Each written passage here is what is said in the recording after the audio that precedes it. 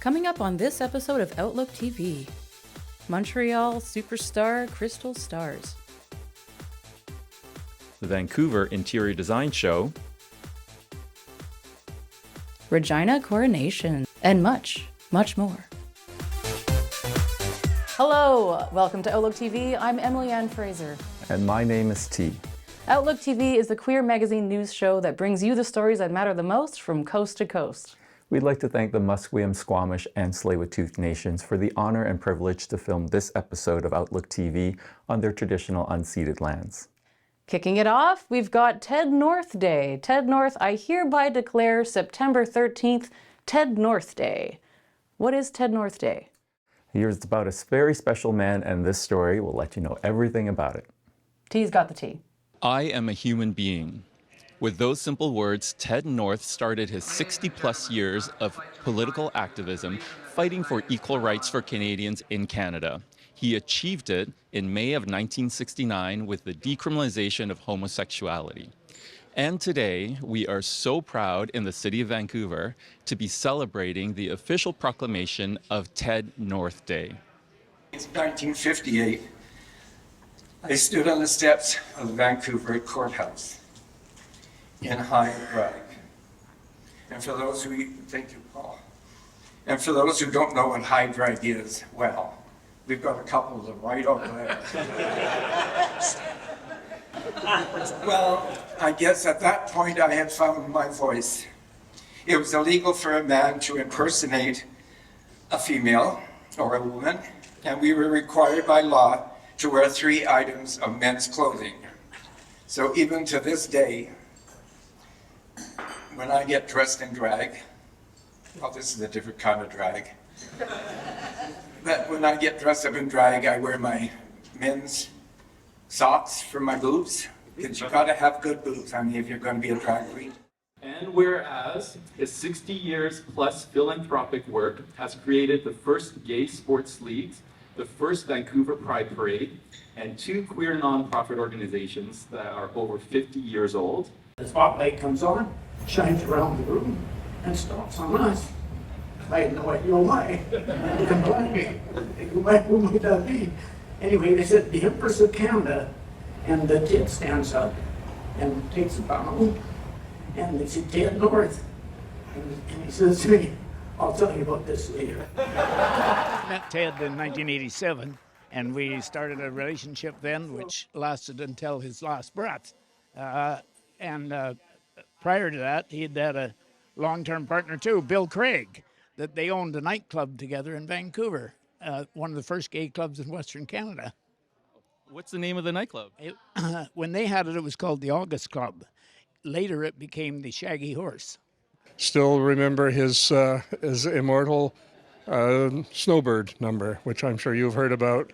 And Bill Harvey built a shaker above the stage, and in the middle of this Anne Murray number, Snowbird, snow would start to fall on the stage. And that's my earliest memory of Ted. So I painted my face all gold. And I came out on stage. And Ted, because he was a florist, knew the colors in the gels of the spotlight. So he hollered up, give her a green. You know what gold and green does? I ended up with a big brown face. It looked like some dog had on me. The whole audience was laughing, and I thought, but this is a great number. And I came on the stage, I said, what was the matter? Well, Ted was laughing so hard, he couldn't even tell me what he had done. The ceremony was very well done, with all the aldermen taking a part and reading the proclamation. I was very affected by that. Yeah, it was very nice. Well, I'm so proud. I mean, here it is. He's passed away 9.5 years ago and still getting accolades like this. What a tribute. And it just chokes me up. I wanted to be known as a male, and I wanted them to know that I was a proud gay male.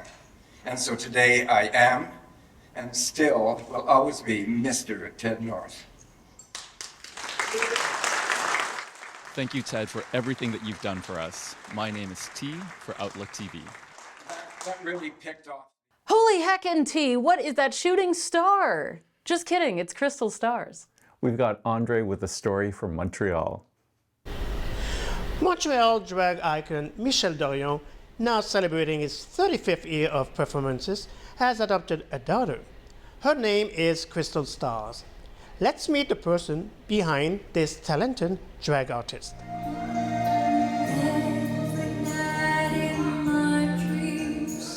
I started doing drag beginning of 2020. I made a show at my school because I wasn't 18 yet, so I had to figure out a way to perform without going into bars. So I decided to host a show. It went terribly wrong, but here I am today, gorgeous and making just doing my thing. The name Crystal Starz comes from the fact that ever since I was a kid, I was in love with all the crystals, diamonds, and gems, and I always wanted to be a star, so Crystal Starz, a pretentious girl who likes big rocks. Professionally, the first time I did drag, it was during the pandemic for the virtual shows. I did my first Montreal drag show with Salide, and she gave me my first opportunity online. And my mother's reaction at first, it was pretty bad. It felt like she couldn't understand or accept the fact that I wanted to dress up like a girl. But with time, she understood, and now she's like my biggest fan. My favorite artist to perform on stage, of course, there's Céline Dion. She's my all-time, and she's just amazing. So Céline is definitely at the top.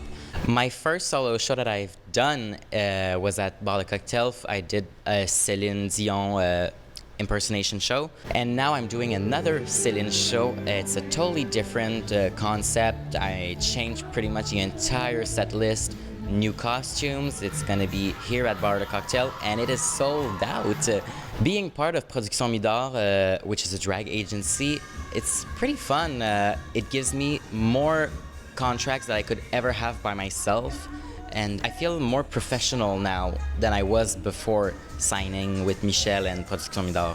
So my drag mother is the legendary, the iconic Michel Dorion. I feel very blessed to have him as a mentor, a mother, a friend, a father. He's pretty much everything I aspire to be.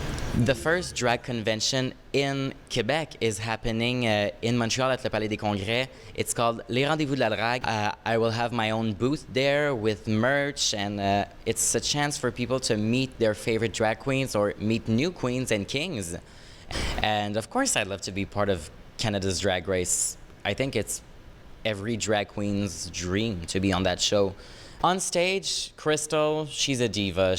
I always say I'm your favorite drag queen as of right now, and I mean it, but people think I'm a diva, but once they get to know me, they realize I'm very simple and not that hard to be around. My goals in life are always to be a star and do what I want to do and what I love to do. And now that I'm doing that, I've been on TV, people know me a little bit more. I think I'm ready to set new challenges for myself. Well, you just met your favorite drag queen, Andre Tardif, at Bar Le Cocktail in Montreal for Outlook TV. We're going to have to take a little break now. A little break? Who needs to break from us? We just started. Hi, I'm Allie. And I'm Jason. And we're the Style Guys. And you are watching Outlook TV.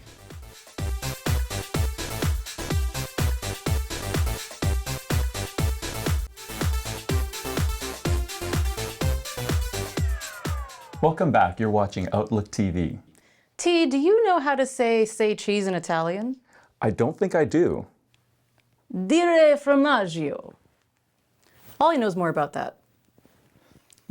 Well, hello, Outlook TV. It's me, Ollie, and today we are going to La Casa d'Italia to check out an amazing exhibition on queer Italian people living in Montreal. This exhibition is taking place with an affiliation with the Montreal Pride Society. We're at the Casa d'Italia, which is what many people call the cultural heart of Montreal's Italian-Canadian community. It was built in the 1930s and has a long history. And we're here for a photo exhibit unveiling the queer Italian-Canadian experience. There are two artists, the photographer, Vincenzo Pietropalo. He is a Toronto-based photographer who has had many years documenting social justice causes in the country. He's working with Liana Cusmano, who's a trans and non-binary poet living in Montreal. Together, what they wanted to do was to document queer Italian Canadians in a space where they feel that their queerness overlaps with their Italian Canadian identity. So there's some photographs of people along with poems that were inspired by the photograph session that took place. And they asked me to pick a place that I felt that my sexuality and my heritage intersect. And immediately I thought of my kitchen. I really love to cook. I've learned a lot of the recipes, Italian recipes from my family, from my mom. And I like to make those things for my chosen family. I like to make that for my partner. I like to make that for my friends. Cooking for people is how I show my love.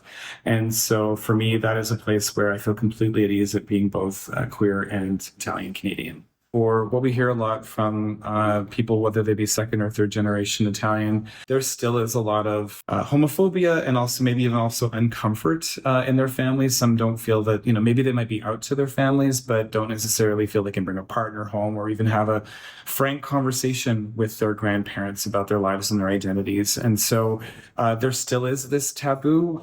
There's this concept of, I guess, like silence too. Like, you know someone's gay, but you don't really ask about them. You don't really ask how they're doing or how their partner is or what's going on. So for us, we want to create a space where that doesn't happen anymore and that we can bring our partners to the Sunday, dinner table and kind of share that with our families. So something like this kind of really can kind of show how exuberant and how wonderful it is to kind of be both Italian Canadian and also be LGBTQ and let people know, remind people that LGBTQ people are a part of the Italian Canadian community.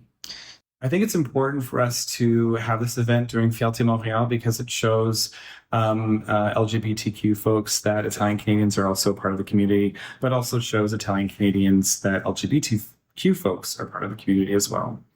Exhibition will continue. The photographer and poet plan on documenting and photographing many different people across Canada. And this event is going to take place again next year in Toronto and then in 2 years in Vancouver. And the goal is really to kind of grow this and show the complete scope of what it's like to be both queer and Italian Canadian. The photography and the poetry was so exciting to see and so beautiful. For Outlook TV, this is Ollie in Montreal. We're headed to the Vancouver Interior Design Show with Angus. T, my carpet does not match my drapes, and I'm very ashamed. You should be. Back to you, Angus. Toss some pillows. We're at the Vancouver Convention Center West for IDS Vancouver 2023, the Pacific platform for all things design. And tonight we're going to meet some of the designers and exhibitors to see what it's all about. Please join us. So there's about 200 exhibitors in the main show and the special sections. And a lot of it is kind of filling a narrative of what is Canadian design, who are the brands, what are they making, and what are the concepts around their products. A lot of what's in the air is about sustainability and how can we continue to create in this modern day in a way that's informed. So that would be around materials and collaboration with marginalized designers and providing opportunities for people who might not have necessarily access to a big design show like this. I think we have a couple of people being represented here, myself included. I think encompassing theme in queerness is inclusivity and accessibility. And, the design world can feel really, really scary and exclusive. And so we really want people to be able to come attend this show, connect with the actual designers and have, earnest conversations about their product. And they're all really passionate about it. So I think the conversations is the special thing that makes Interior Design Show Vancouver and Toronto like a really unique, special show. So I'm an interior designer based in Calgary, Alberta. I am a principal at Alicante LG Designs, and we specialize in both commercial and residential interiors, and we've been in business for the last 15 years. I'm actually a presenter this year with House and Home, so I'm going to be talking to Linda Reeves on Saturday, just about design in general and about my design aesthetic. We work with artisans in 17 countries around the world. So we're here at IDS today in this booth in particular because we work with artisans from Turkey and the textile artisans that were all affected by the earthquake that happened in that region earlier this year. So we're here selling their textiles really as a fundraising effort. So 100% of the proceeds from the sale of everything you see in our booth tonight go back to support rebuilding the lives of our artisans in that region. This year, it's quite exciting. As a brand, we've launched this new initiative called the Obaki Design Incubator. So where we've committed to, as a brand, to sponsor one Canadian emerging designer every year, to mentor them and to place a substantial wholesale order to help them kind of gain market access and to expose them to an international market. Those many years of the pandemic and COVID, etc., we've seen a real natural gravitation towards natural materials and colors, positive environments, and atmospheres. So we're seeing more of a trend towards lighter colors, tones, natural materials, and moving into the future, we're also going to see that merging with a lot more technology. And we're seeing that adapted through a variety of things, whether it be lighting appliances, etc. So both those worlds really merging, which are high contrasting natural elements, but on the contrast, very high technology and efficiencies within our home. We're going to see a lot of that happening. For Outlook TV, this is Angus Prott at IDS Vancouver 2023. We're going to have to take a little break now. It's still too soon for a break. Hi, I'm Sister Eda McCake, Duchess 32 of Regina, and you are watching Outlook TV.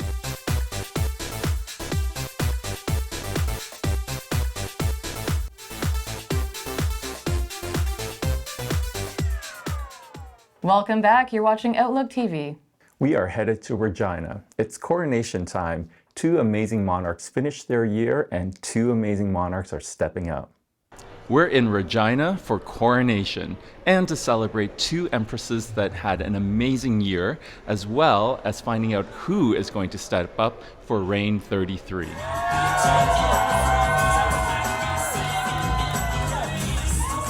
I'm excited. It's been a good year. In my mind, I feel it was fabulous. Traveled, met some wonderful people. Yeah, I think it went well. My first trip was Vancouver. Fun times. Then it was Calgary, Winnipeg, and Edmonton. We were fundraising for Q Nightclub, Lulu's Lodge, South Pride Organization, and Melfort Youth.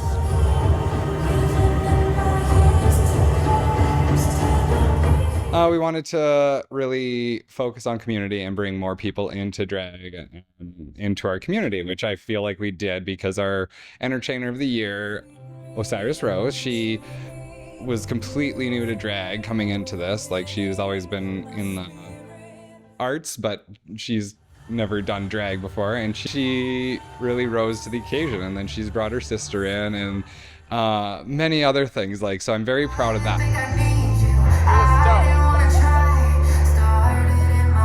Well, we raise money for our charities in the city, as well as a sister, I continue to raise funds as well for our charities. I was to put on a show with my Duke, and we did that. It was a very fun theme. We had a circus, carnival theme, freaks and weirdos. It was extremely successful.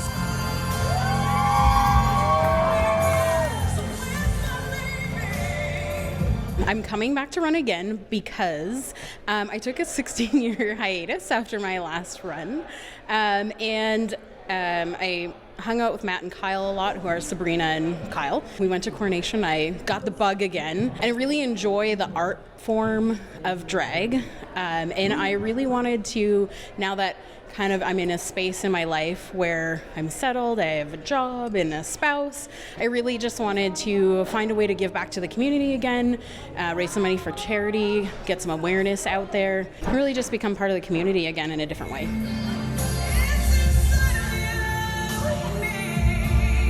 I am a two-spirit person, and I'm transgender as well, and I'm Indigenous, and I'm probably the reason why that I often get asked to do the land acknowledgements, but it's something I also do for work. And how did you find out about Regina? You know, I've seen people do it before. I've had friends who've done it before, and I think that it's appealing at this point in my life because I've been trying to figure out a way to give back to the community and to raise money for charities, and there's so many people that need help right now. And so I'm in a position that I have the privilege to be able to do that. And so I'm hoping to use some of that privilege to be able to give back at some point. Empress 33, Kim Possible, and Emperor 33, Quintin Central Talia of the Imperial and Sovereign Court of the governing body, the Golden Wheat Chief Empire of Regina, and all of the province of Saskatchewan, Canada. All hail their majesties! From Regina, the city that rhymes with fun, my name is Empress Sister Fancy Pants for Outlook TV. And now we're heading over to Edmonton, where the Evolution Wonder Lounge is celebrating its 10th year. It's very important for all of us to continue to promote and support our safe queer spaces. Hey there, it's Patrick Massey, and I am backstage here at Evolution Wonder Lounge. Look at this wall of fame. This is just some of the amazing talent they've had here over the last 10 years. Why we're here is for their 10-year anniversary. They're going to have Shishi LaRue on the decks Friday, Saturday. Jan Sport and Jackie Cox are here, Plastica, and the Sunday Review hosted by Mix Evo and Miss Evo. And we're also going to have an interview with one of the owners, Rob. So let's go check it all out. Evolution, is in their 10-year anniversary, so a whole decade of supporting queer events here in Edmonton, and really supporting a lot of fundraising efforts, supporting money back to the community, and providing a space for community to gather, not just individuals, but organizations can host events and do fundraising and have visibility here at Evo. Spaces like this have always been important, and I think maybe for a while people started to take that for granted because it seemed like the world was shifting in a nice, amazing, progressive direction, and maybe gay bars aren't needed anymore. But with what we've seen in the last few years, they're really more important than ever. So exciting that we're celebrating the only 24 hours a day queer space left in Edmonton. 10 years, still making it. I'm so honored to be here. This is my 3rd time performing in here. There's not very many places that a co-check person checks up on you, or they message you to see if I'm working tonight, or just the love that you get from everybody. It's just such a vibe here. I love it. I mean, thanks to everybody for the support over the last 10 years. And yeah, I know Alberta is kind of Alberta, and Albertans are going to Albertan, but we're not all the same. And Edmonton, if Alberta is the Texas of Canada, we're the Austin. So give us a chance. They pulled all the punches here at Evolution Wonder Lounge's 10-year anniversary, the only queer 365 days a year space in Edmonton. This is Patrick Massey for Outlook TV in Edmonton, Alberta.